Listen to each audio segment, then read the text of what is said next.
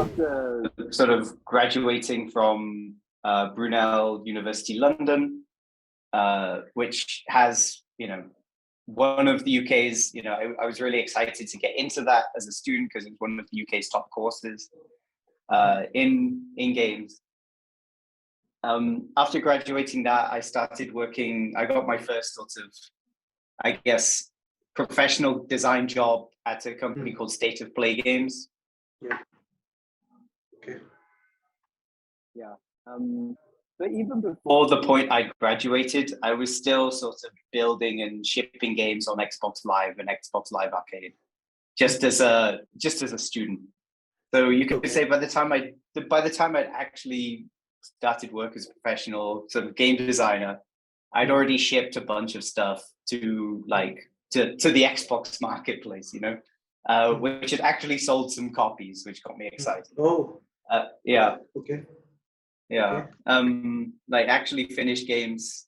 And I would always encourage students, ship as much as you can before you graduate and get people to play. And money doesn't really matter while you're a student, at least when it comes to, it's more important to get your games into the hands of as many people as possible and get feedback. So you can sort of launch your first 10 games before you actually do it professionally. And, and that way you increase your chances of success, I guess.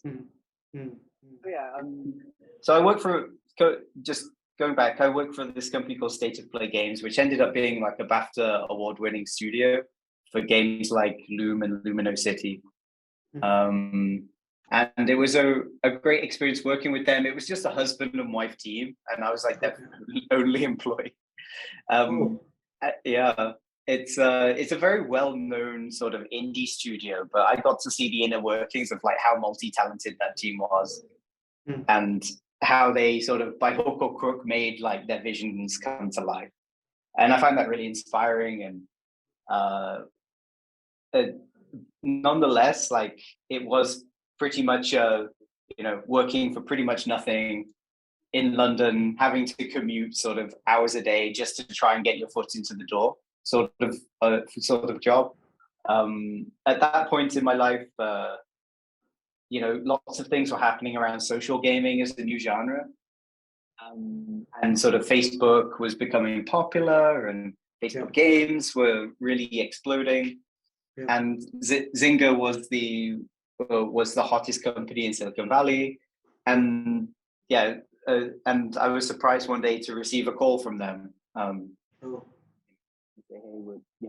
think they were trying to rapidly expand, and I think all the establishment game designers, I think, kind of turned their noses up at the new idea of social games. But me as a new entrant to the market, I was willing to try anything. And my main ambition was to get my games into the hands of as many people as possible. So whether they were people like myself who enjoyed hardcore games or casual gamers, I didn't really care. So for me, Zynga was a very aspirational company to join. It was, from a designer's hat, putting on my designer's hat at that time, they were at the cutting edge of game design. They were exploring a new market, and loads of new people were playing games for the first time through sort of Facebook. Yeah. Right. So I thought, and also their approach was controversial and innovative, sort of data-driven design. Versus the more artistic design that I think the industry had grown accustomed to. So then, so I was super keen